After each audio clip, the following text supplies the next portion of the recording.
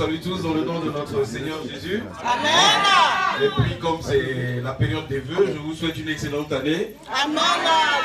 Si j'ai un vœu pour chacun d'entre vous, c'est plus de Jésus dans vos vies. Amen. Parce que je pense que quand on a Jésus, on a tout. Amen. Mais quand on est censé avoir tout sans Jésus, on n'a rien. Bon, je ne suis pas venu tout seul. Je suis venu avec Madame Dao, Anne-Denise.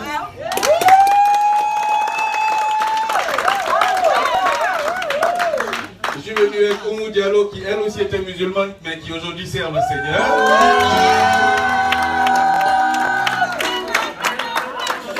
Et puis je suis venu avec Jean-David Dao, mon deuxième fils.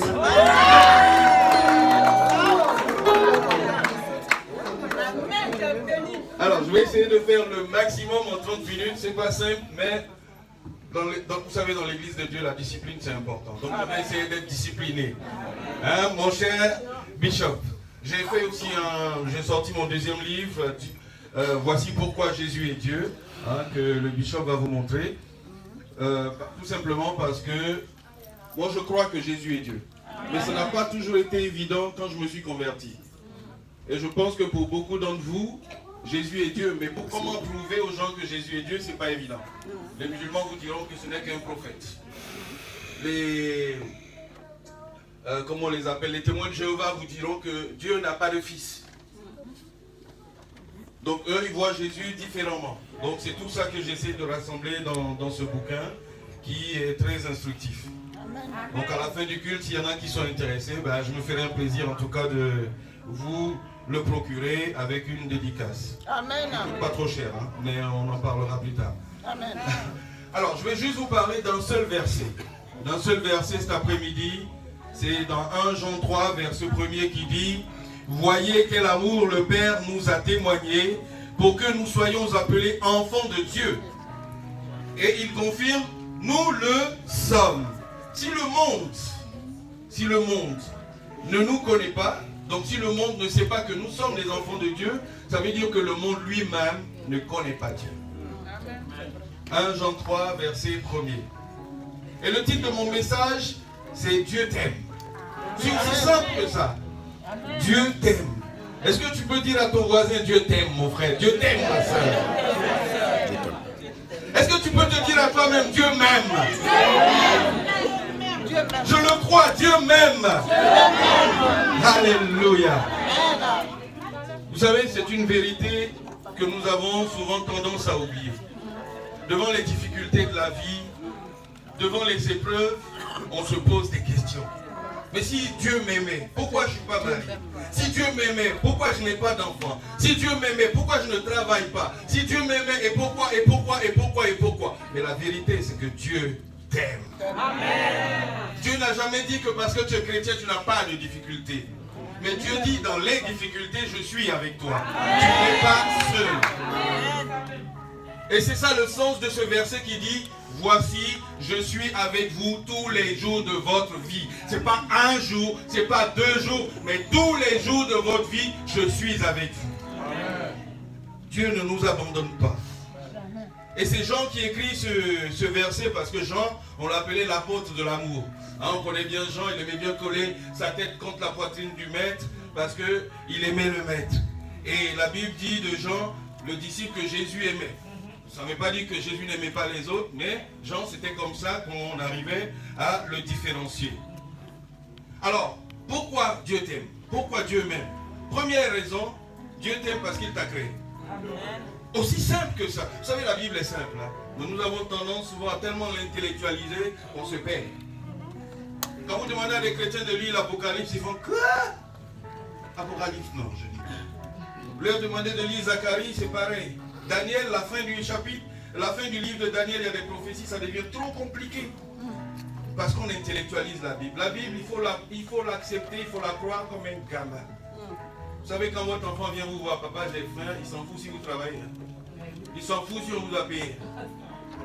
Mais quand il dit j'ai faim, il croit qu'il va manger. Est-ce que vous lui donnez pas à manger? Si. C'est la même chose. On croit ce que la Bible dit et puis on avance. Amen. Alléluia. Et donc, Dieu t'aime parce qu'il t'a créé. C'est-à-dire que Dieu, dans le processus de la création, Dieu crée le monde en 6 jours. il regarde. Et la Bible dit, il vit que c'était bon. Et c'est après ça qu'il décide de créer Adam.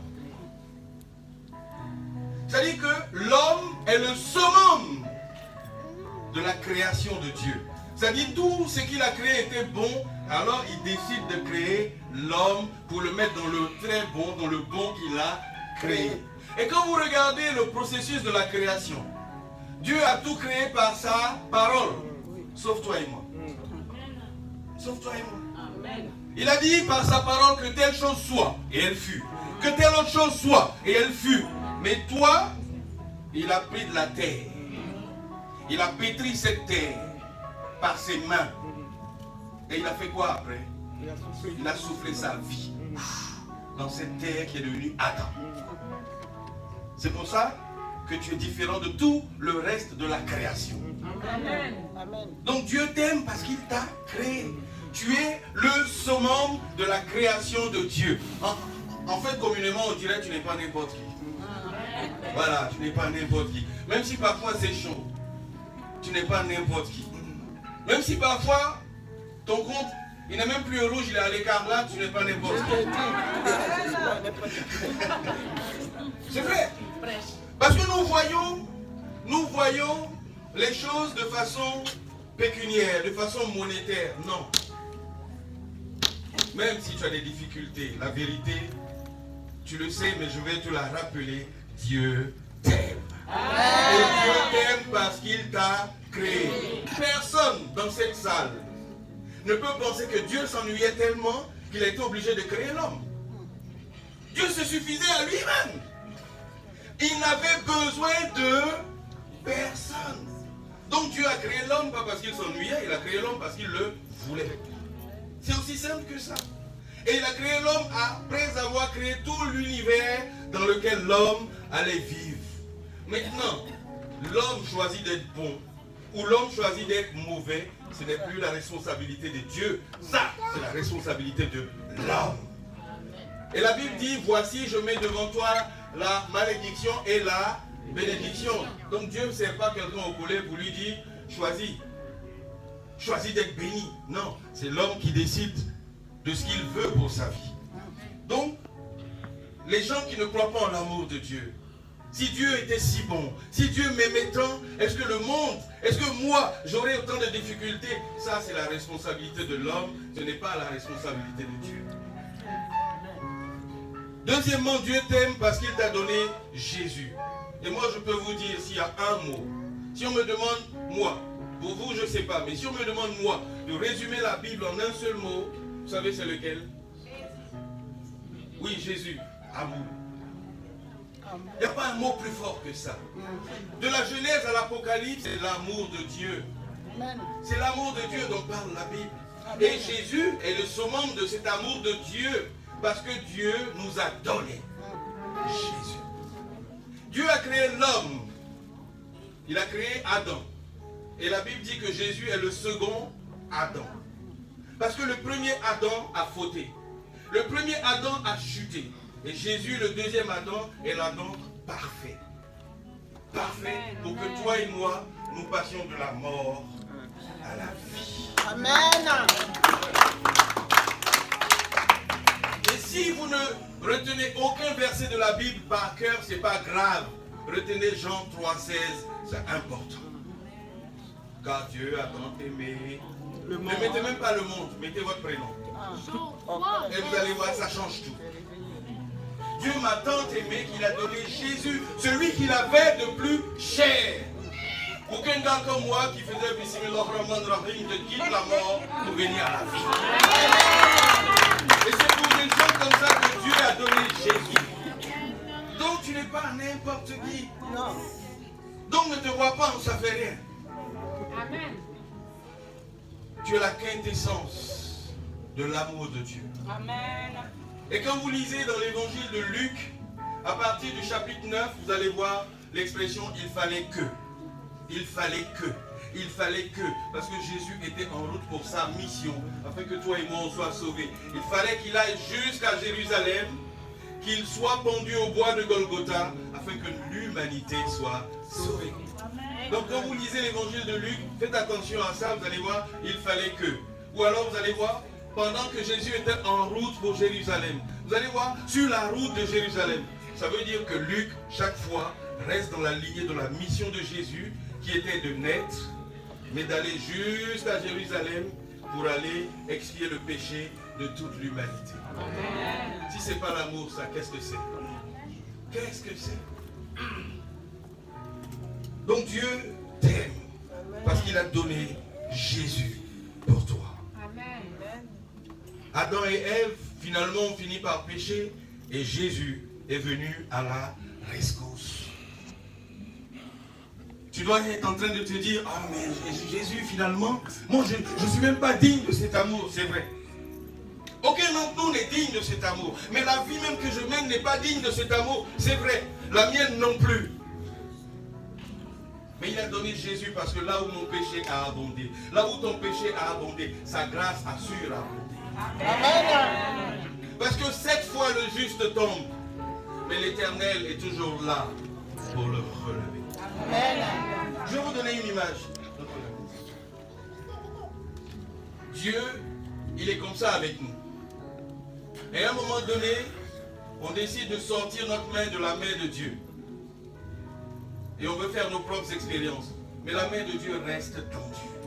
Et comme le fils prodigue, quand on est parti, qu'on s'est fracassé la tête contre un mur, on revient, sa main est toujours tendue, il nous la reprend et on repart de là. Amen. Amen, amen, amen, amen, amen. Là où ton péché, là où mon péché ont abondé, la grâce de Dieu a surabondé. Amen. Romains 5, verset 8 dit, voici comment Dieu prouve son amour envers nous. Alors que nous étions encore des pécheurs, Christ est mort pour nous. Nous avons été sauvés par la foi et nous sommes au bénéfice de la grâce imméritée que Jésus nous a obtenue à Golgotha. Il nous aime. Troisième raison, Dieu t'aime parce qu'il t'a donné le Saint-Esprit. Parce qu'il ne faut pas se tromper. Le Saint-Esprit, c'est Dieu. Et quand Jésus dit que le péché qu'on ne pardonne pas, c'est le blasphème contre le Saint-Esprit, de quoi il parle? Parce que Dieu est le Père, Dieu est le Fils, Dieu est le Saint-Esprit. Mais où est Dieu? Si je vous pose la question, où est Dieu? Dieu est au ciel.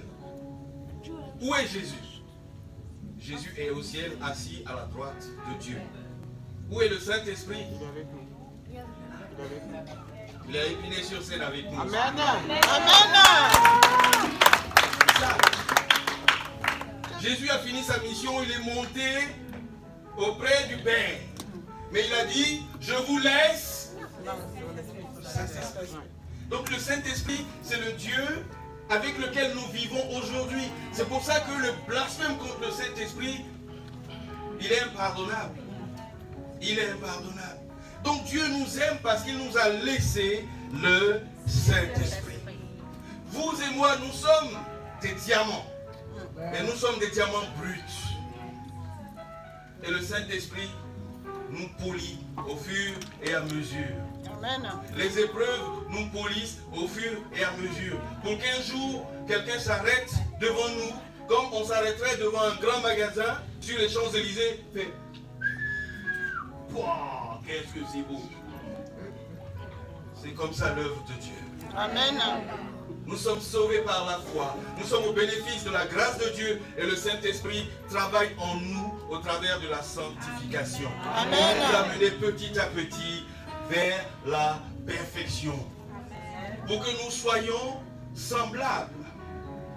Pour que nous soyons semblables. Pour que nous puissions nous rapprocher de Jésus. Amen.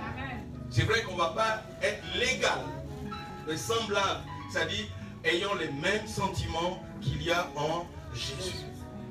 Et c'est comme ça qu'on va y arriver. Il y aura des chutes, il y aura des rechutes, mais l'objectif le plus important, c'est que je veux y arriver. Et le Saint-Esprit vous aide à y arriver. Amen. Seigneur, par moi-même, je ne peux pas.